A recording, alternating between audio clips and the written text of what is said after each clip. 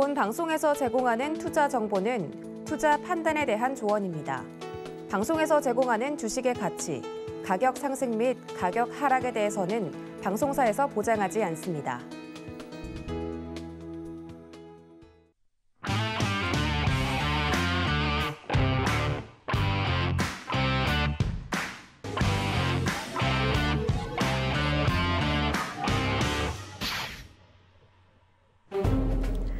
네, 장마가 시작된 목요일 주유소 일부 개인의 선택 시작합니다. 저는 진행을 맡은 이혜은이고요. 참 바깥에 내리고 있는 비처럼 내 마음도 울고 싶은 심정입니다. 우리 시장 오늘 또 크게 하락을 하면서 우리 시청자님 마음에도 함께 비가 내리지 않았을까 싶은데요. 오늘 그래도 초반에는 잠깐씩 반등을 주면서 그래도 오늘 우리 시장 조금 올라주려나 하는 모습도 보여줬지만 결국에는 낙폭 아주 크게 키우면서 마무리를 했습니다. 자, 우리 시장 정말 바닥이 어디일지, 지하는 어디일지 정말 바닥 없는 추락을 계속 이어가고 있는 요즘인데 그럼에도 불구하고 우리가 내 계좌를 포기해서는 안 되겠죠. 오늘 개인의 선택 끝까지 시청하시면서 앞으로 내 대응 어떻게 해나가면 좋을지 그 방법도 함께 얻어가셨으면 좋겠습니다. 자, 그 방법을 함께 리드해 주실 분이죠. 오늘도 역시 8시의 남자 이용준 파트너 옆에 나와 계십니다. 안녕하세요. 네, 안녕하세요. 네, 파트너님 비 오는 거 싫어하신다고 하셨는데 오늘 잘 오셨나요? 네, 지하철 타고 잘 왔습니다. 네, 다행입니다. 자, 인사 또 해주셔야죠. 네, 8시의 남자 이용준입니다. 네, 8시의 남자 이용준 파트너님. 아마 많은 분들이 기다리고 계셨을 것 같아요. 오늘 정말 힘들었던 만큼 이용준 파트너님 기다려주신 우리 시청자님들께 좀 위로의 한마디 듣고 시작하면 좋을 것 같아요. 사실은 오늘 어떻게 시작할지 고민을 좀 했는데 옛날 속담에 동이 트기 전에 가장 어둡다 이런 이야기가 있고요. 어제에 이어서 오늘도 코스닥이 4%가 넘게 하락했기 때문에 어제는 어떻게 현명하게 대처했다 하더라도 오늘은 엄청나게 많이 하락한 것을 볼 수 있었고 체감하셨을 거라 보고 있습니다. 하지만 신용 미수 물량이 어제, 오늘, 내일까지 이게 정리가 된다면 기술적 반등이라도 나올 시점이 됐기 때문에 오늘 방송 끝까지 시청해 주시고요. 제가 힘이 되는 정보들 오늘 또 준비해갖고 왔으니까 방송 통해서 잘 전달하겠습니다. 네, 동트기 전이 가장 어둡다라고 말씀을 해주셨는데 일단 오늘 우리 시장 어떻게 보셨는지 먼저 좀 들어보고 시작하면 좋을 것 같습니다. 네, 우선 오늘 시장 같은 경우는 어제에 이어서 코스닥이 4%가 넘게 하락을 했기 때문에 체감적으로는 굉장히 큰 상처가 되는 시장이었다고 생각합니다. 어제는 그럴 수 있다, 하루 정도 빠질 수 있다 생각을 했지만 연이틀 하락을 했기 때문에 코스닥이 이렇게까지 빠질 필요가 있나 이렇게 생각이 되는 거거든요. 하지만 모든 것들은 큰 문제가 없는데 지금 원달러 환율이 1,300원을 또 돌파를 했기 때문에 이게 2008년인 금융위기 이후에 최고라고 합니다. 그렇기 때문에 여러분은 현재 매매를 금융위기 2008년 그때 시점처럼 힘든 시장에서 하고 있다 이렇게 생각을 하시면 될 것 같아요. 그래서 오늘의 키워드를 먼저 말씀드리면 신용 미수 물량이 쏟아지고 있다 이렇게 먼저 말씀을 드리고 오늘 방송을 시작을 할 텐데요. 그래도 오늘 상한가 종목은 한 종목이 나왔습니다. 정말 힘들었다는 게 느껴질 만큼 딱 한 종목만 상한가가 나왔는데 오늘은 삼부토건이라는 종목이 상한가가 나왔습니다. 그래도 이게 재밌는 게 우크라이나 전쟁 관련주로 엮여서 오늘 상한가를 갑자기 들어갔는데 개별 종목으로 올라갔다고 보시면 될 것 같고 다른 우크라이나 재건 관련주들은 그렇게 올라가지 못했거든요. 그래서 삼부토건은 개별 이슈인데 내용을 좀 봤더니 삼부토건 인수를 추진 중인 DYD가 유라시아 경제인협회 우크라이나 전쟁 복구 재건 상법에 대한 협약을 맺었다. 지분을 인수했다고도 아니고 추진 중인 회사가 협약을 맺었다. 이런 이슈로 삼부토건이 상한가를 갔는데 아니나 다를까 시간에 보니까 하한가에 들어가 있더라고요. 그러니까 이런 개별 이슈 중에 재료가 크지 않는 것들은 조심하셔야 된다. 삼부토건 올라간다고 해서 상한가 따라잡기를 하신 분들이라면 내일 큰 폭의 손해를 볼 수 있다 이렇게 생각이 됩니다. 그리고 삼부토건은 상한가를 갔지만 사실 오늘의 특징 종목은 저는 고려신형 종목에 대해서 말을 좀 이따 해볼 텐데요. 지금 기사를 보니까 비투족들이 막막한데 오히려 조용히 웃는 기업이 있다. 이게 바로 고려신형 정보에 대한 내용이거든요. 우선 지난해 빚으로 빚을 막는 다중채무자가 우리나라에 440만 명. 우리나라 인구가 약 5천만 명이니까 뭐 8%에서 9% 정도는 이 다중채무자다 이렇게 보시면 될 것 같아요. 그래서 우리가 옆에서 이렇게 말을 하지 않아서 모르겠지만 실제적으로 다중채무자가 굉장히 많다 이렇게 보시면 될 것 같고 게다가 그 문제는 20, 30대 다중채무자가 굉장히 많다고 합니다. 뭐 이 30대 이하 비중이 다중채무자 비중 중에 26.2%이기 때문에 특히 이제 젊은 세대들이 채무를 지게 되면 일어날 수 없을 정도로 시작부터 힘들어진다 이렇게 생각이 됩니다. 근데 이런 문제점 속에서도 수혜를 받는 기업인데 바로 그게 고려신용 정보거든요. 그래서 고려신용 정보도 오늘 제가 설명을 좀 해드릴 텐데요.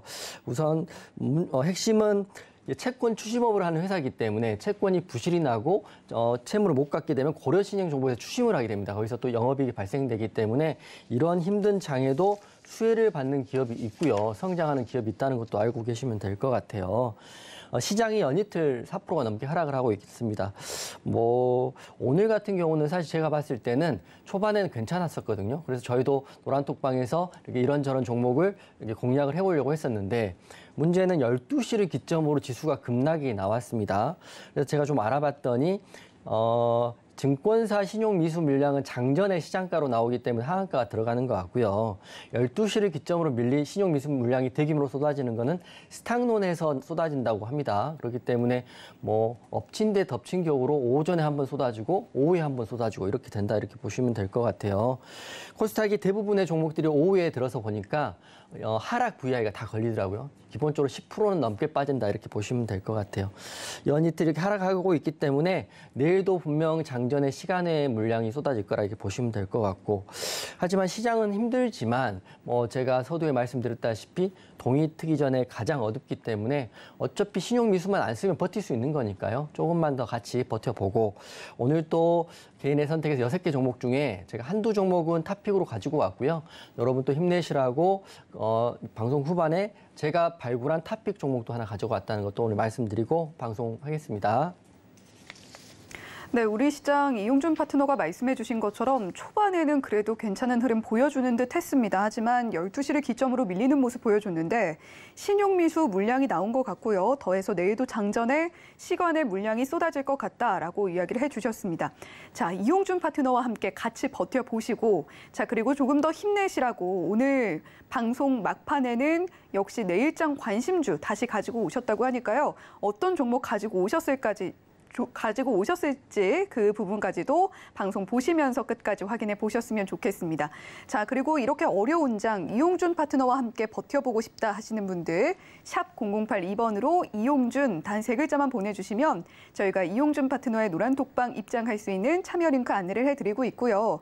또 하단에 나오고 있는 QR코드 보이시죠? 휴대폰으로 사진 찍듯이 카메라 앱 켜셔서 갖다 대기만 하셔도 역시 참여 링크 안내되는 부분 확인하실 수가 있으실 겁니다. 화면에 뜨는 안내 링크 클릭하셔서 노란톡방 입장하실 수가 있으니까요. 2가지 방법 충분히 활용하셔서 이용준 파트너와 함께 이렇게 어려운 장 조금 더 힘내보시면 좋겠습니다. 자, 그러면 오늘 시장에서 어떤 종목들이 주목을 받았는지 개인의 선택 6개 종목 중에 첫 번째 종목 6위 종목 공개로 이어가 볼게요. 자, 오늘 6위입니다. 하이딥이 차지를 했는데요. 하이딥 오늘 흐름도 보겠습니다. 7.62% 상승 나왔고요. 11,835원에 종가 형성했습니다. 자, 오전 한때 잠시 하락 반전하기도 했는데 장중 내내 강세였고 막판에 한 차례 크게 올렸다가 반납을 하고 마감을 했습니다. 오늘 윗꼬리 아랫꼬리 길게 단 몸통 짧은 양봉으로 마감을 했고요. 오늘 기관과 개인의 매수세는 들어와 줬습니다.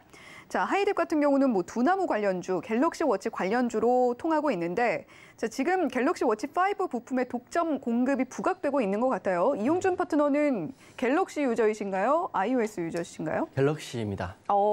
iOS. 네, 저는 iOS인데 신세대시네요. 갤럭시 워치 요즘 많이들 쓰시더라고요. 맞습니다. 혹시 혹시 갖고 계신가요?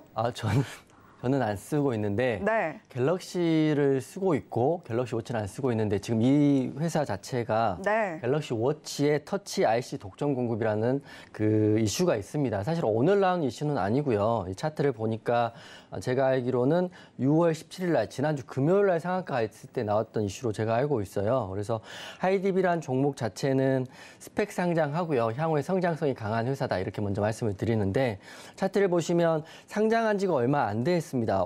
2022년 5월 12일 날 이 장대 음봉 이때 상장을 해가지고 횡보하다가 갤럭시 워치 터치 IC 공급이라는 이슈 때문에 이렇게 올라가고 있는데 앞으로도 흐름을 좀 지켜봐야 될 것 같고요. 우선 상장한 지 얼마 되지 않았기 때문에 지금 이 기준 시점에서 상승이 나오는지 또 하락이 나오는지를 중점적으로 보시면 좋을 것 같아요. 기업 자체는 모바일 기기를 사용하고 쉽고 더 유용하게 사용할 수 있도록 하드웨어, 소프트웨어 등을 개발 제공하는 회사이기 때문에 엊그저께 나온 뉴스는 갤럭시 워치 5에 터치 IC 독점 공급한다 이런 이슈가 있습니다.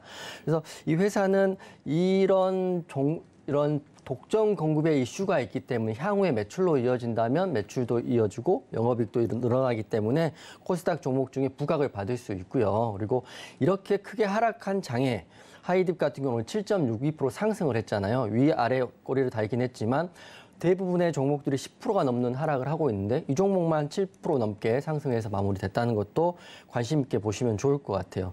물론 내일의 흐름은 내일 물어봐야겠지만 하이딥은 한번 관종에 넣으시고 흐름을 좀 지켜보셔도 괜찮을 것 같습니다.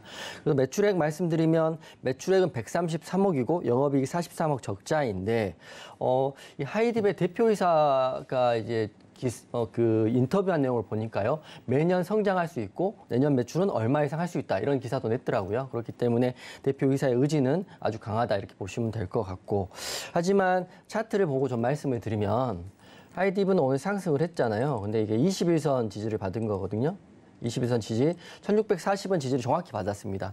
대부분의 종목들이 21선을 깨고 내려와서 지금 아래에서 이렇게 헤매고 있는데 하이딥 같은 경우는 22선 지지를 받았기 때문에 저는 이렇게 힘든 장에도 지지를 받았기 때문에 내일 좀 상승을 할 수 있다 이렇게 보고 있어요. 그래서 하이딥 관정에 넣으시면 될 것 같고 22선을 정확히 지지받았고 재료가 있다. 그리고 신규 상장주다. 이런 이슈들이 있기 때문에 하이딥 좀 좋아 보입니다. 그리고 갤럭시 워치 5가 이제 이렇게 판매가 되는 시점에서 하이딥이 다시 한번 또 부각될 수 있기 때문에 하이딥 관심 있게 보시고요. 정리해드리면 5월 12일 날 상장한 지 얼마 안 됐습니다. 지난달 상장했기 때문에 이 동그라미 친구간에 상장을 했거든요. 동그라미 친구간에 상장을 했기 때문에 이날 상장한 코스닥에 상장 하이딥은 앞으로 향후 성장 잠재력을 주목하고요. 차트 흐름을 내일부터 보자라고 말씀을 드릴게요. 네, 하이딥의 갤럭시 워치 5 부품 독점 공급 부각 이슈, 사실 오늘 이슈는 아닌데 자, 이 종목도 비교적 신규 상장주입니다. 하지만 향후 관심을 갖고 꾸준히 지켜볼 만한 종목인 것 같다라고 정리를 해주셨습니다. 자, 이렇게 오늘 6위 하이딥 만나봤고요. 자, 5위는 어떤 종목이 차지했을지도 만나보시죠. 자, 저희 방송 초반에 이용준 파트너가 강조해 주셨던 종목이기도 합니다. 자, 5위는 고려신용정보가 차지를 했는데요. 오늘 흐름도 보겠습니다. 10.65% 상승 나왔고요. 1,700원에 종가 형성했는데요. 정오까지 사실 지지부진한 흐름을 보였어요. 이후에 급등이 크게 나와서 상한가 부근 터치하고 다시 반납하면서 마무리를 했는데 아무래도 이용준 파트너가 말씀해 주셨던 것처럼 신용 미수 물량도 좀 영향을 끼친 것 같고요. 자, 윗꼬리가 몸통보다 훨씬 긴 양봉으로 마감을 했습니다. 그리고 외인과 기관은 매도를 하는 모습 보여줬는데 자, 사실 고려신용정보 불황주잖아요. 네네네. 네. 고려신용정보를 사실 오늘 좀 집중적으로 다뤄볼까 하는데 네. 초반에 말씀드렸다시피 비투족들은 굉장히 많이 나오고 있고 거기에 보면 고려신용정보는 채권 추심회사이기 때문에 이런 상황에서 고려신용정보의 매출과 영업이익이 올라갈 수밖에 없다 이렇게 말씀을 드리겠습니다.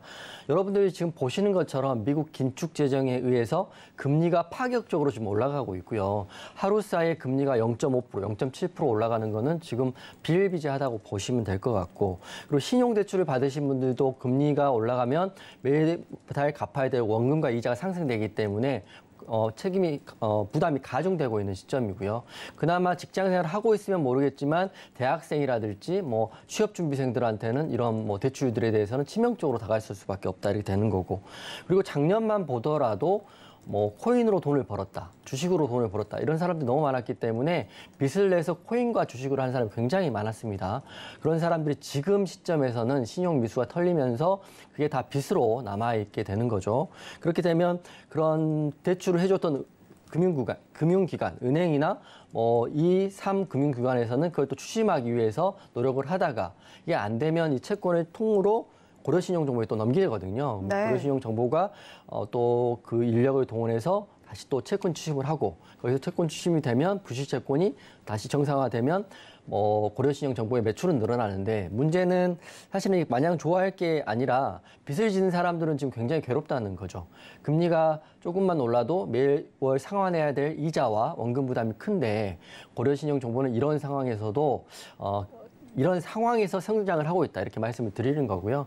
제가 지난달에 조선업 경기 말씀드릴 때 러시아 우크라이나 전쟁 때문에 대부분의 사람들이 힘들고 대부분의 업종들이 굉장히 힘든데 조선업종은 호재다. 그렇기 때문에 조선업 쪽은 웃을 수도 없고 울 수도 없다. 이런 상황이 되는 거거든요. 그러니까 항상 힘든 상황이지만 항상 이런 상황에도 살아나는 사람이 있고 성장하는 기업이 있다. 이렇게 보시면 될 것 같아요. 그래서 고려신용정보를 오늘 좀 중점적으로 보셨으면 좋겠다. 이런 생각이 되는 거고 두 번째로는 증시가 하락을 하고 있기 때문에 주식을 하시는 분들은 빚을 내서 또 주식을 하시는 분들은 본인의 순자산이 지금 감소하고 있고 빚을 냈기 때문에 매월 내야 되는 이자 부담도 커지고 있고 이런 상황이기 때문에 또 이런 채권들이 부실로 되면 고려신용정보에 또 넘어가는 상황이 됩니다. 그리고 마지막으로는 대출 상환이 도래할 때마다 매월 갚아야 될 금액들이 훨씬 더 늘어난다. 이렇기 때문에 다시 비투족들은 신용과 미수 그리고 대출을 받았던 비투족들은 그걸 감당하기 힘들 수준까지 올라갈 수 있다. 그 중심에는 고려신용정보가 수혜를 받을 수 있다. 이렇게 보시면 될 것 같아요. 그래서 앞으로 여러분 오늘 상승했다가 윗꼬리를 크게 달리긴 했지만 고려신용정보를 좀 중점적으로 보시면 좋을 것 같습니다. 이런 하락장에도 10%가 넘는 상승이 나왔고요. 고가 대비하면 27%입니다. 상한가 들어가는 것처럼 보였고 오후에는 사실은 고려신용정보만 급등이 나왔거든요. 그래서 고려신용정보를 앞으로 보시면 좋을 것 같아요. 그리고 고려신용정보가 좀 괜찮은 회사입니다. 물론 그동안 시장에서 부각을 받지는 못했지만 부채 비율은 145% 정도 다소 높지만 유보율은 365%고 배당도 3.53%나 하는 회사입니다. 차트를 보면서 한번 좀 말씀을 드릴 텐데요. 이런 불황에도 고려신용정보는 빠지는 게 전혀 없고 이렇게 차트를 보시면 이렇게 동그라미 친 구간처럼 상승을 연일하다가 오늘 빵 터진 거거든요. 오늘의 상승을 길게 보면 전고점인 11,000원 부근을 돌파해서 한번 내려왔기 때문에 물량 테스트도 한번 했다 이렇게 해서 보여집니다. 전고점도 한번 돌파했고 윗꼬리도 달렸고 횡보를 하고 있기 때문에 내일은 하락보다는 상승이 나올 수 있다 이렇게 보고 있어요. 그래서 고려신용정보 잘 보시고 이 상승이 나오면 이 하락장에도 한번 매수를 해보셔도 나쁘지 않을 것 같다 이렇게 생각이 들어요. 그래서 비투족 좀 정리를 해드리면 비투족들은 막막한데 오히려 조용히 웃는 기업이 있고 그게 바로 고려신용정보이고 다들 힘든 순간에도 고려신용정보의 경우는 시장이 호재로 받아들이기 때문에 주가가 상승이 나오고 있으므로 관종해 놓고요. 내일 혹시 공략 타점 궁금하신 분들은 노란톡방에 같이 한번 보자 이렇게 말씀드릴게요. 네, 이용준 파트너님이 참 시장이 많이 어려운 건 굳이 설명을 하지 않아도 다 아실 거예요. 그런데 네. 정말 보면 말씀해 주셨던 것처럼 코인이나 주식이나 맞습니다. 또 부동산까지 빚내서 사신 분들, 특히 영끌족들 굉장히 맞습니다. 많으셨잖아요. 이런 분들 정말 어떻게 하셔야 될까요? 그러게요. 앵커님은 혹시 대출이 있으신가요? 저는 다행히 대출이 아예 없습니다. 아, 네. 약간 유니크한 케이스고요. 대부분 20, 30대는 주식, 코인, 그리고 자동차를 많이 사기 때문에 네. 대부분의 대출이 많고. 근데 20, 30대 같은 경우는 직업이 일정하면 상관이 없지만 취업준비생이라든지 아니면 직장을 다니다 그만둔 사람들 같은 경우는 되게 큰 부담으로 다가서거든요. 그렇죠. 그래서 그걸 상환하지 못하면 3개월 정도 상환하지 못하면 그 채권이 은행에서 부실로 인정이 되고 대손 충당했던 채권이 어느 순간이 지나면 고려신용정보 같은 채권 추심업체로 넘어가게 됩니다. 그래서 제가 이제 이걸 준비하다 보면서 그 기사에 나온 드라마가 하나 있는데 그게 나의 아저씨란 드라마 혹시 저 너무 좋아했습니다. 거기서 그 아이유 그 이지은이 역할을 했던 게 네. 기억나실지 모르겠지만 대사 중에 빚은 갚아도 계속된다 이런 대사가 있어요. 그러니까 이지은이 사회초년생이고 파견직이고 이런데 빚 어떻게 빚을 진지 모르겠지만 빚을 갚아도 힘에 겹다 이런 이야기가 있거든요. 그런 만큼 20, 30대의 비투족 그리고 영끌족들은 지금 굉장히 힘들 수밖에 없다. 그렇기 때문에 안타깝긴 하지만 현재 시점에서는 금리는 앞으로 더 오를 것이고요. 미국의 긴축 재정하고 자이언트 스텝 하면 금리는 더 오르잖아요. 네. 그래서 그거 금리는 당연히 더 오를 것이고 기준금리가 오르면 본인이 부담해야 될 원금과 이자는 더 크게 될 것이고 거기다가 코인과 주식은 엄청 떨어지고 코인 같은 경우는 사실은 정말 실체가 없다 이런 이야기이기 때문에 상장 폐지 없어지는 코인도 굉장히 많거든요. 그래서 코인이 된다 해서 본인의 돈보다 훨씬 10배, 20배 레버리지 한 사람들은 거기에 또 부채가 되는 거고 주식은 또 어떻습니까? 주식은 그나마 관리 종목이나 상장 폐지가 안 되는 종목이라면 나중에는 올라갈 수 있지만 핵심은 신용 미수로 매매를 한다면 이렇게 되는 거거든요. 주식 혹시 하시니까 네. 신용 미수 혹시 쓰시는 방법은 알고 계시나요? 사실 잘 모르겠습니다. 네, 그러니까 아예 모르시면 상관이 없는데 주식을 네. 좀 하시다 보면 레버리지라는 걸 쓰게 됩니다. 그래서 신용 미수를 쓰게 되면 이 하락장에는 50% 정도 떠지면 원금과 보유 종목들을 다 시장가로 매도가 되는 거거든요. 그렇기 때문에 다 어렵다.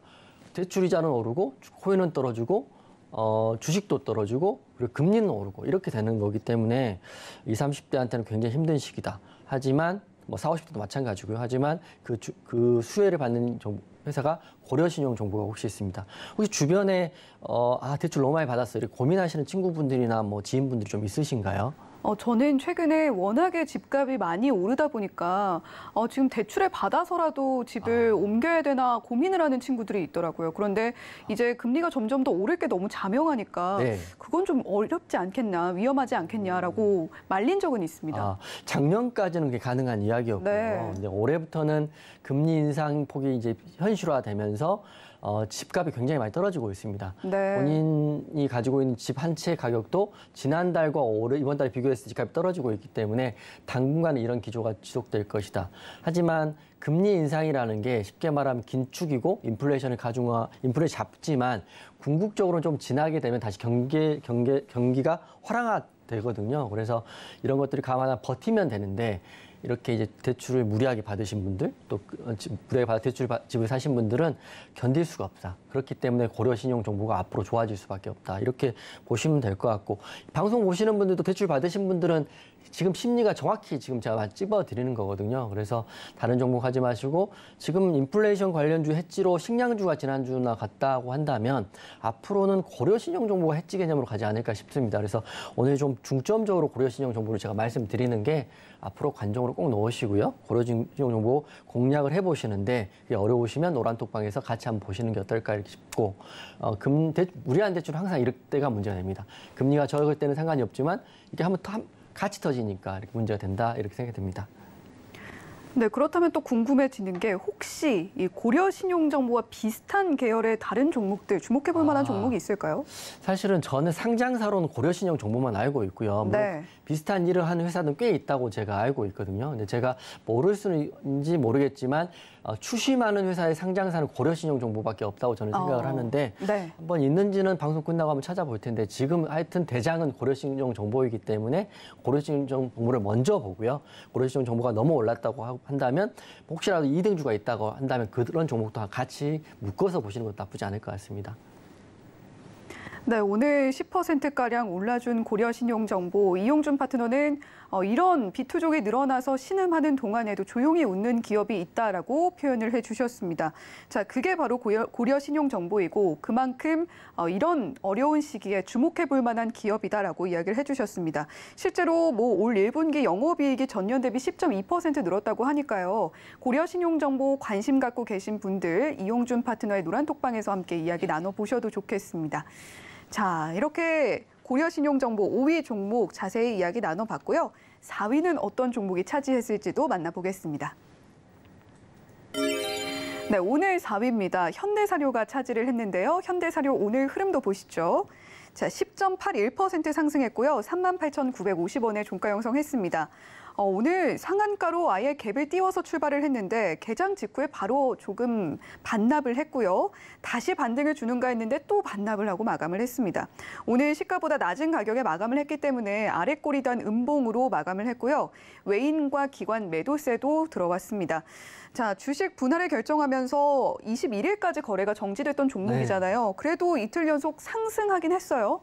그게 이제 이 현대사료는 현재 시점에서 볼 때 저는 공부거리가 좀 많다고 생각을 되거든요. 우선 네. 여러 가지 전환사채라든지 주가 부양의 문제, 재료의 문제, 그리고 앵커님이 말씀하셨던 액면 병합, 액면 분할의 문제까지 좀 공부를 시켜드리겠습니다.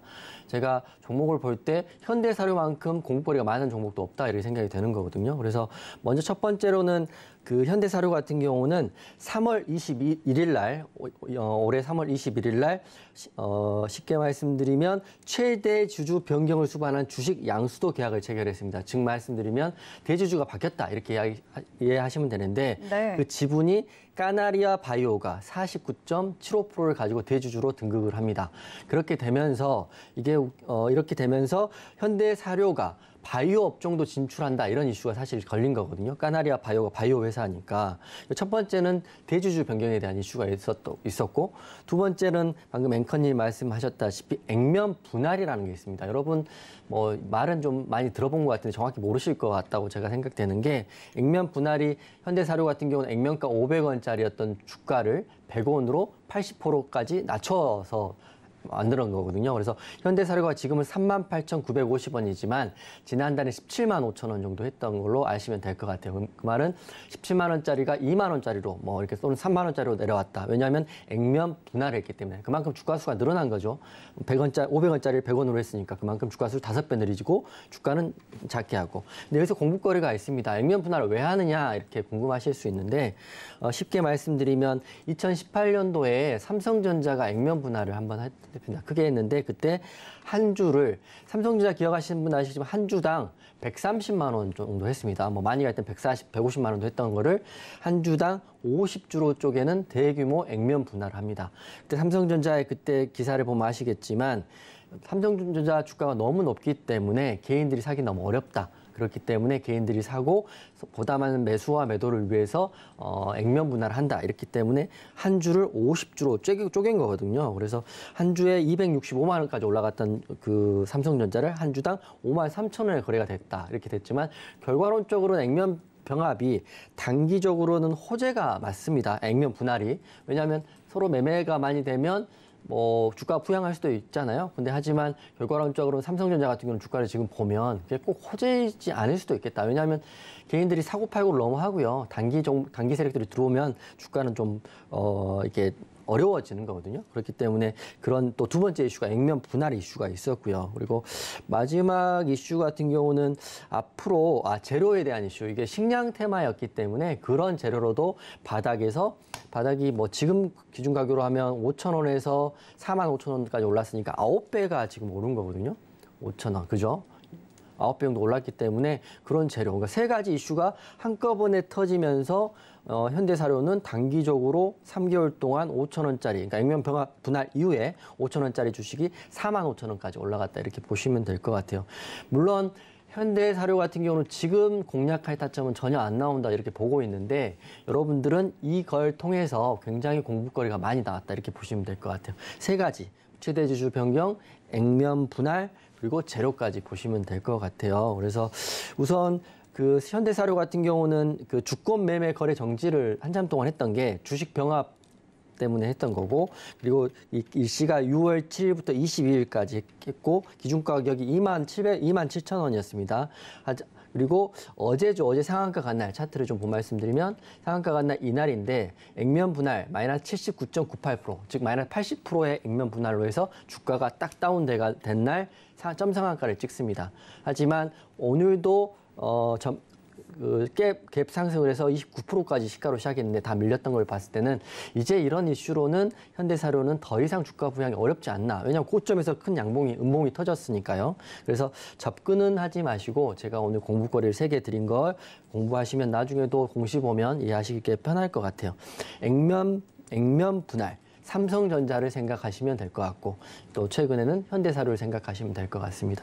단기적으로 호재일 수 있으나 중장기로는 악재일 수도 있다 이렇게 보시면 될 것 같아요. 그래서 앞으로의 현대사료 흐름은 저는 상승보다는 하락을 생각하는데요. 액면 분할 이슈로 상한가가 어제 나오고 오늘 갭 상승하게 했기 때문에 이제 주가를 부양할 만한 공시나 이슈, 재료는 다 터져 있고 너무 단기적으로 너무 많이 올랐기 때문에 관망하시는 게 어떨까 이렇게 말씀드릴게요. 네, 4위는 현대사료였는데요. 관망하시는 게 어떻겠나라고 한마디로 요약을 해주셨습니다. 최대 주주 변경, 전환사채, 액면 분할, 공부거리가 굉장히 많은 종목인데 자, 액면 분할을 왜 하는지도 상세하게 설명을 해주셨습니다. 가격이 비싸다고 생각해서 주식을 쪼개면 상대적으로 저렴한 느낌이 들어서 소액 주주들도 접근이 쉬워지는 느낌을 받을 수가 있다. 자, 이렇게 이야기를 해주셨는데 단기로는 호재지만 중장기적으로는 악재일 수도 있다. 이렇게 이야기를 해주셨습니다. 자, 앞으로의 흐름은 상승보다는 하락이 나오지 않을까라고 예상이 되기 때문에 관망 의견 주셨습니다. 자, 이렇게 4위 종목 현대사료 만나봤고요. 3위는 어떤 종목이 차지했을까요? 네, 오늘 3위입니다. 오르비텍이 차지를 했는데요. 오르비텍 오늘 흐름도 보겠습니다.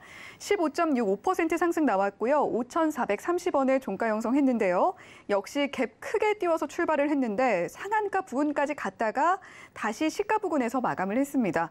윗꼬리단 양봉으로 마감을 했는데 외인과 기관 매도 물량도 나왔습니다. 외인은 또 물량도 꽤 많이 덜어냈네요. 정부의 친원전 정책, 원전업계가 부흥할 것이다라는 전망에 투자자들의 관심을 모은 것으로 풀이가 된다. 이렇게 오늘 상승의 이유가 기사에 나와 있더라고요. 원전은 사실 어제 한번 상승이 나왔고요. G2파워하고 강원에너지 말씀드릴 때 기사가 이미 나와 있습니다. 그래서 어제 제가 말씀드릴 때 원전 종목이 G2파워하고 강원에너지로 바뀌었다 이렇게 말씀드리는데 하루가 지나니까 이제 강원에너지와 G2파워가 아닌 오르비텍이 또 올랐거든요. 그러니까 꼭 생각하기로는 우리가 진짜 원전 종목이야 이렇게 말하는 것처럼 오르비텍이 오늘 올랐습니다.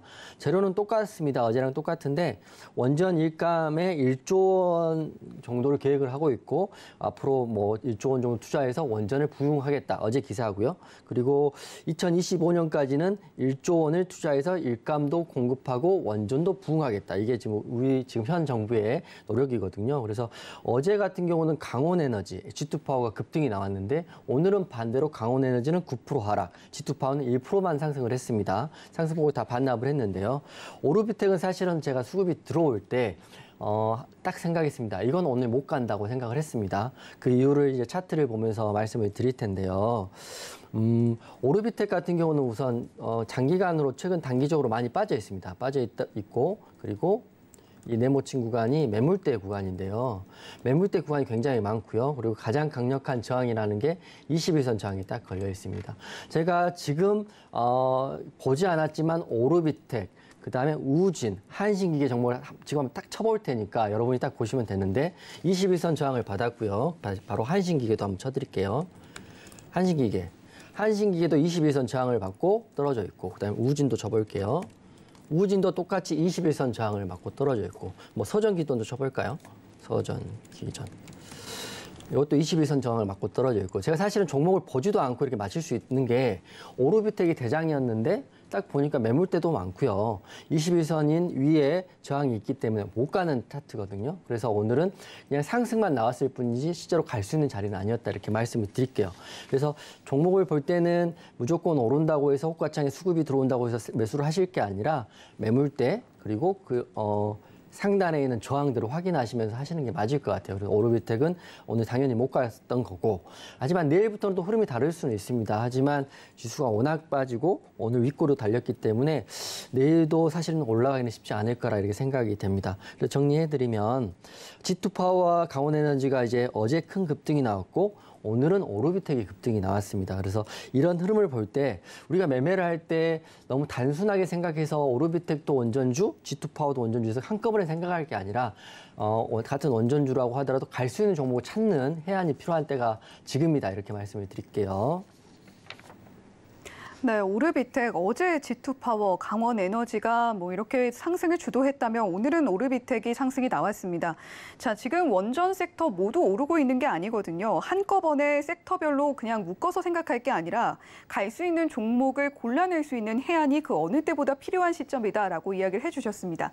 자, 이런 해안 함께 길러보고 싶다 하시는 분들 샵 0082번으로 이용준이라고 보내주시면 저희가 이용준 파트너의 노란톡방에서 자, 어떻게 이런 종목들 골라낼 수 있는지 이용준 파트너가 또 장중에 그리고 장 전에 시황 올려주시면서 많은 이야기 해주실 겁니다.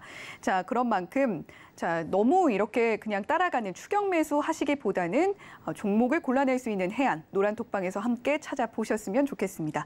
자, 이렇게 오늘 3위 종목 만나봤고요. 2위는 어떤 종목이 차지했을지도 만나보겠습니다.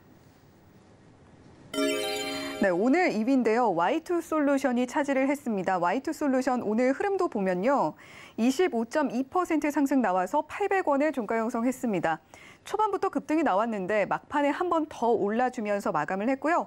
윗골이 짧은 장대 양봉으로 마감을 했습니다. 외인과 기관 매도 물량 나왔고, 자, Y2솔루션 같은 경우는 지난 16일에 거래가 재개된 종목이잖아요. 네. 이전에 상장 적격성 실질 심사 사유가 발생했던 이유가 네. 횡령, 배임이었잖아요. 네, 맞습니다. 자, 이런 종목은 어떻게 봐야 될지 상당히 고민이 돼요. 사실은 이제 코스닥이나 코스피 상장사 중에 갑자기 거래 정지되는 이유가 몇 가지가 있는데 네. 그중에 횡령이 가장 큽니다.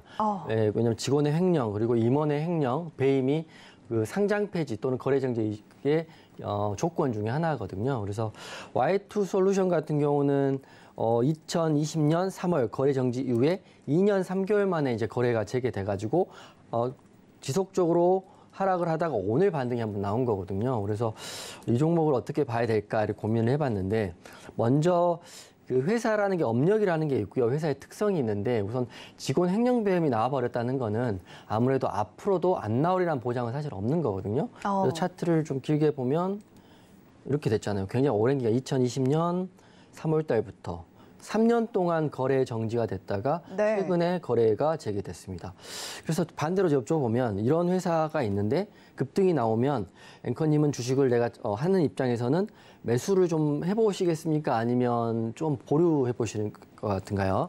저는 간이 작아가지고 네. 못할 것 같습니다. 네네네. 네. 사실 일반적인 생각이 그런 거거든요. 사실은 저도 좋은 종목들이 많이 있는데 이게 상승이 나오고 상하를 간다고 해서 추격하기는 좀 쫄 수밖에 없거든요. 왜냐하면 이게 과거에 업력이라는 게 있으니까요. 그래서 여러분들에게 말씀드리면 뭐 업황 자체는 전기 자동차 급속 충전기를 사용하는 업종이긴 하지만 우선 굉장히 오랜 기간 거래 정지를 됐던 이유가 직원의 횡령, 그리고 임원의 횡령, 임원의 배임 이런 거기 때문에 여러분 이 종목은 그냥 이런 종목이 있다. 왜 거래 정지가 됐는지에 대해서 오늘 배워가시면 될 것 같고요. 그리고 이 종목 같은 경우는 유보율이 9%밖에 되지 않기 때문에 건실한 느낌도 사실 없고 영업이익도 작년에 45억 적자였습니다. 그렇기 때문에 저는 그냥 오늘의 개인의 선택 이 종목을 말씀드리는 걸 보시고 이런 종목이 있다 이 정도까지만 하시면 될 것 같고요.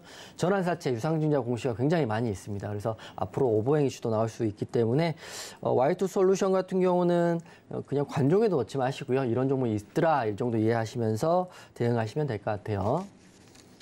네, Y2솔루션 상장 폐지 또는 거래 정지 이후에 가장 많은 부분이 횡령 배임이다라고 이야기를 해주셨고 과거의 업력을 그냥 무시하고 스쳐 지나가기엔 리스크가 상당히 커 보입니다. 더해서 유보율도 9%, 영업이익도 적자라는 점 함께 짚어주셨고요.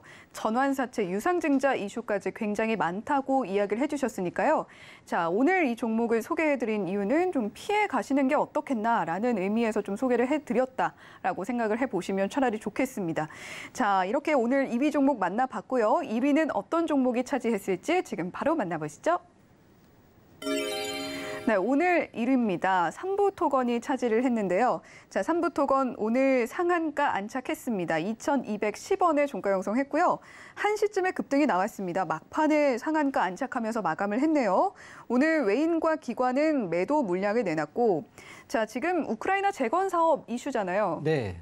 관련주들도 굉장히 많은데 삼부토건이 오늘 대장이었나 봐요. 그렇죠. 사실은 관련주들은 다들 오늘 안 갔고요. 네. 삼부토건만 갔습니다. 삼부토건만 갔던 이유가 이제 방송 초반에 말씀드렸던 뭐 관련주의 이슈가 있었기 때문에 갔는데 삼부토건 저는 이제 먼저 결론부터 말씀드리면 삼부토건은 우선 안 하시는 게 우선 맞을 것 같아요.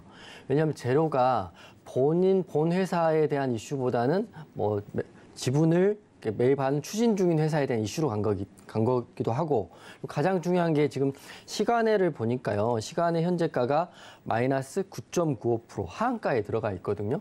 그래서 이 말인즉슨 재료도 애매해서 상한가로 누군가는 올리긴 했지만 시간외에서 다시 다 털어낸 거거든요. 하한가 같다는 거는 내일 시작하면 10%가 넘게 하락해서 시작할 수 있을 것 같아요. 그래서 삼부토건은 우선 우크라이나 재건 관련주로도 넣지 마시고 우선 오늘 간 거는 뭐 단발적인 이슈다 이렇게 좀 생각을 하시면 될 것 같은데요. 그래서 삼부토건은 우선 그 건설 회사이고 토목 시공 바탕으로 하는 뭐 발전소 시공하는 회사이긴 하나 우크라이나 재건 관련주 오늘 묶여서 간 거긴 하지만 뭔가 지금 오류가 있었기 때문에 시간에 마이너스 10%가 나온 거거든요. 그래서 삼부토건을 보시는 것보다는 안 보시는 게 더 나을 것 같다 먼저 말씀드립니다. 그래서 왜 삼부토건이 1등을 했냐?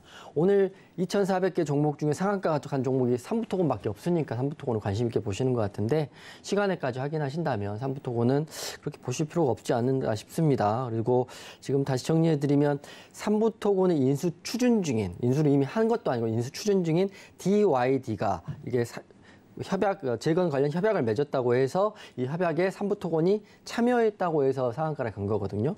근데 또 재밌는 거는 DYD의 또 차트를 보면 또 재밌습니다. DYD. 네, 오늘 하락이 나왔더라고요. 네, DYD도 하한가에 들어갔거든요. 네. DYD는 관리 종목이고 반대로 말하면 DYD 때문에 삼부토건이 상한가를 갔는데 DYD는 하한가에 들어가 있고 그리고 분봉상 보면 1시 56분에 그냥 내리꽂은 거거든요. 이렇게. 가뜩이나 힘든데 좋은 재료라고 해서 산 사람은 여기서 하한가를까지 뭐 지옥을 맛볼 수 있는 상황까지 된 거거든요. 그래서 관리 종목이고. 근데 DYD 하한가를 갔는데 삼부토건은 상한가를 굳혔거든요. 그래서 삼부토건을 내일 상따라 하신 분들은 내일 갈 거예요 생각을 하지만 시간 외에 보니까 또 마이너스 10%. 그러니까 이게 참 어려운 거죠. 네. 이렇게 힘든 장에 어떻게라도 좀 매매를 해보려고 하셨을 텐데 DYD는 하한가, 삼부토건은 시간의 하한가 이렇게 된 거거든요. 그래서 항상 보실 때 우리는 사실 급할 수밖에 없습니다. 시장이 빠지지만 그래도 어떻게라도 매매를 해보려고 하는 건데 이런 데 걸리면 정말 멘탈이 털리는 느낌이 될 것 같아요. 그래서 삼부토건은 우선 사신 분들이라면 내일 장 초반에 손절 대응 하셔야 될 것 같고요. 안 사신 분들이라면 다행이다 이렇게 생각하시면 되고 급락장이어서 마음이 다 급하실 텐데 이럴 때일수록 좀 돌아가는 그 현명함을 좀 가지셔야 되지 않을까 싶습니다. 네, 급할수록 돌아가라라는 또 투자의 하나의 원칙을 또 이야기해 주셨습니다. 결론부터 말씀해 주셨고 안 보시는 게 낫지 않겠나라고 이야기를 해주셨습니다. 더해서 시간 외에서는 하한가 들어갔다라는 점도 함께 짚어주셨으니까요. 혹시나 아직 갖고 계신 분들 내일 개장을 하면 그때 바로 매도하시거나 좀 흐름 보시고 바로 매도를 하는 관점으로 접근해 보시면 좋겠다고도 함께 조언을 남겨주셨습니다. 자, 이렇게 오늘 개인의 선택 6개 종목 모두 만나봤고요. 자, 오늘은 어제와 다르게 이용준 파트너가 내일장 관심주 또 챙겨와 주셨습니다. 어떤 종목 가지고 와 주셨을지 지금 바로 만나볼까요? 자, 공개해 주시죠. 네, 오늘 관심주는 바이오 FDNC를 가지고 왔습니다. 저희 개인의 선택에서도 네, 다뤘던 종목이죠. 네, 알고 계신 종목일 것이고 네. 바이오 FDNC가 사실은 재료가 신선하고요. 그리고 요새 식량주 가는 거에 대비해서 너무 못 갔고 그리고 차트적으로 봤을 때는 오늘 60일선 지지를 받았더라고요. 그래서 바이오 FDNC를 다시 한번 가져왔는데 재료는 여러 가지가 있는데 제가 개인의 선택에서 바이오 FDNC 말하고요. 그 일주일 사이에 오늘까지 또 좋은 재료가 2개가 더 나왔더라고요. 그래서 그 재료도 좀 짚어드릴 테니까 혹시 이제 정말 힘든 장이지만 공략을 해볼 종목 찾고 계신다면 바이오 FDNC 관심 종목이 좀 넣으시면 내일이나 뭐 언제쯤에는 또 좋은 흐름이 나오지 않을까 싶기도 하고 그리고 항상 제가 너무 강조를 하면 그거에 대해서 너무 침투해서 강력하게 생각하시는 분 계셔서 바이오 FDNC 같은 경우는 상승의 확률이 하락의 확률보다 조금 더 크다 이렇게 먼저 말씀을 드리고 좀 설명을 해드릴게요. 바이오 FDNC는 기업 개요가 식물세포 플랫폼 기술을 기반으로 식물세포의 유래, 유효물질 및 양리물질 연구 개발하고요. 생산을 주사업으로 하는데 쉽게 말하면 식물세포를 통해서 대량 생산한다 이렇게 생각을 하시면 될 것 같아요. 지금 식량 문제가 대두화되면서 사실은 뭐 식량을 하려면 큰 논과 밭이 있어야 되는데 식물세포에 대한 대량 생산은 큰 면적이 필요 없다고 합니다. 그래서 바이오 FDNC가 앞으로 이런 식량 문제 중심에서 해결책이 될 수 있는 회사 중에 하나가 될 수 있다 이렇게 생각을 하는 거고요. 그리고 재료를 좀 말씀드리면 공모한 지는 얼마 안 됐습니다. 올 2월 달에 했고요. 공모가가 28,000원이니까 지금 공모가를 한번 터치하고 좀 내려와 있는 상태이기 때문에 공모가를 한번 도전할 수 있는 자리도 나오지 않을까 싶기도 하고 두 번째로는 그 세계 식량 위기 악화 속에 식량 대량 생산 기술을 인정받았다 이런 것도 있고 그리고 2022년 6월 20일 날 엊그저께 엊그저께 곡물 자원 위기 핵심 관련 기업이라고 해서 기사도 하나 나와 있더라고요. 그래서 기사 내용을 봤더니 농작물 재배량이 급감하고 있고 세계는 곡물 자원 문제로 위기에 처해 있는데 식물세포 배양만을 통해서 공장에서 대량으로 생산해낼 수 있는 기술을 가지고 있는 바이오 FDNC가 해결책이 될 수 있다. 이런 기사가 6월 20일 날 나와 있습니다. 하지만 차트를 보면 6월 20일 날 이런 내용을 하고도 냈음에도 불구하고 하락이 좀 크게 나왔거든요. 그래서 저는 사실 바이오 FDNC 좋게 봤는데 하락이 나오니까 마음이 안 좋았는데 오늘 아래꼬리에 달리면서 60일선 지지를 받고 23,700원에 마무리가 됐습니다. 그리고 대표이사 인터뷰도 내용을 봤더니 지난해 매출은 120억인데요. 올해 매출 목표치는 2배 정도를 성장한 200억까지를 보고 있다 이렇게 보고 있습니다. 그래서 하락보다는 상승이 나올 확률이 좀 더 크고 그리고 개인의 선택에서 말했을 때도 재료가 신박했는데 그 재료 이후에 오늘도 봤더니 또 좋은 재료가 나와 있기 때문에 바이오 FDNC 내일 흐름 한번 보시면 좋을 것 같아요. 그래서 노란톡방 오시면 바이오 FDNC 같이 한번 시황이나 뉴스 같은 거 제가 공유해 드릴 테니까 보시면 좋을 것 같고 그리고 매출액과 영업이익은 사실은 크지는 않은데요. 이게 그대로 작년에 120억이었던 게 올해 200억까지 올린다고 하니까 뭐 2배까지는 아니어도 성장할 가능성이 훨씬 크다 이렇게 보시면 될 것 같아요. 그리고 항상 제가 말씀드렸다시피 탑픽 종목은 중장기로도 갖고 있어도 이상이 없는 종목이라는 걸 말씀드리는 게 유보율은 300%가 넘는다는 것도 알고 계시면 좋을 것 같아요. 그래서 말했다시피 60일선 지지를 받았기 때문에 내일은 그래도 상승 나오지 않을까 이렇게 저는 생각하는데요. 손절을 하신 다음에 60일선이 깨지면 손절도 생각을 하시면 좋을 것 같아요. 그래서 또 공시도 하나 나와 있는데 6월 20일 날 엊그저께 또 공시가 국제과제에 선정되었다 이런 공시도 나와 있기 때문에 국제과제도 수행을 하고요. 식량 배양도 하고 그리고 지금 식량 위기의 문제에 중심도 있기 때문에 바이오 FDNC는 지금 시점에서는 관심 있게 봐야 될 종목이라고 저는 생각을 합니다. 그래서 앞으로는 바이오 FDNC 흐름을 노란톡방에서 같이 재료하고요. 시황, 뉴스를 공유해 드릴 테니까 같이 보면서 관심 있게 진행하면 좋을 것 같아요. 네, 바이오 FDNC가 이제 식물을 좀 배양하는 기술이라면 혹시 그 배양육 드셔보셨는지도 궁금해지네요. 배양육? 네, 고기. 아, 배양육이요? 네. 아직 못 먹어봤는데 드셔보셨습니까? 저는 한번 먹어봤는데 네. 생각보다 괜찮아서 굉장히 놀랐던 기억이 있거든요. 맛이 똑같습니까? 저는 차이를 잘 모르겠더라고요. 소고기? 네. 아, 전 뉴스에서 본 것 같습니다. 그런 비슷한 느낌으로 그럴 수 있죠. 곡물도 굉장히 유사한 느낌을 낼 수 있을 것 같다라는 생각이 드네요. 네네네. 또 완전히 또 식물을 배양하는 거니까. 맞습니다. 네, 바이오 FDNC 오늘 관심주로 이렇게 가지고 와 주셨고 오늘 1.72% 상승도 나와줬습니다. 오늘 아래꼬리 달고 60일선 지지를 받았고 이전에 개인의 선택에서 다뤘는데 그 이후에 추가로 재료가 더 나온 부분 함께 짚어주셨습니다. 곡물 자원 위기 관련 핵심 기업이다라는 기사가 나왔고 올해 매출 200억까지 보고 있다는 내용도 있고 국책과제 선정 이슈도 있는 관심 가질 만한 기업이다라는 내용으로 오늘 관심주 바이오 FDNC 가지고 와 주셨습니다. 자, 그리고 내일 무료 공개 방송이 또 있으시잖아요. 네, 사실 노란톡방을 어제 좀 관리를 좀 했고 네. 운영 정책이 좀 세워가지고 다 세팅이 잘 됐습니다. 그래서 내일 무료 방송을 노란톡방 회원분들하고 방송 보신 분들 대상으로 해가지고 오전에 할 거니까요.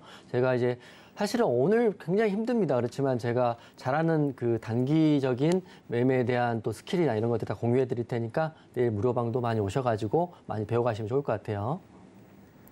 네, 내일 또 어려운 장 예상이 되는데 이런 어려운 장에서 그래도 함께 대응해보고 싶다 하시는 분들 샵 0082번으로 이용준이라고 보내주시면 저희가 이용준 파트너의 노란톡방 참여 링크 안내를 해드릴 텐데요. 자, 노란톡방에서 무료 공개 방송 어떻게 시청하실 수 있는지도 함께 안내를 해드리도록 하겠습니다. 방송 끝까지 샵 0082번으로 이용준이라고 보내주시면 저희가 링크 안내해드릴게요.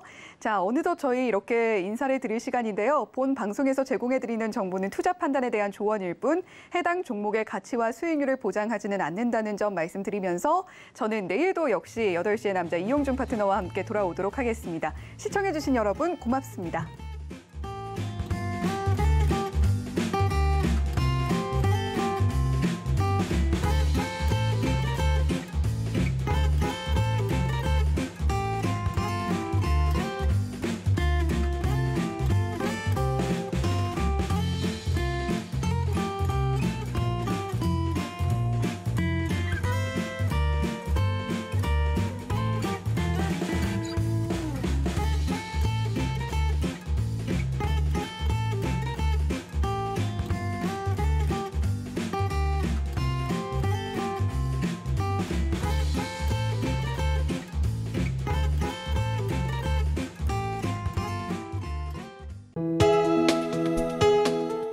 본 방송에서 제공하는 투자 정보는 투자 판단에 대한 조언입니다. 방송에서 제공하는 주식의 가치, 가격 상승 및 가격 하락에 대해서는 방송사에서 보장하지 않습니다.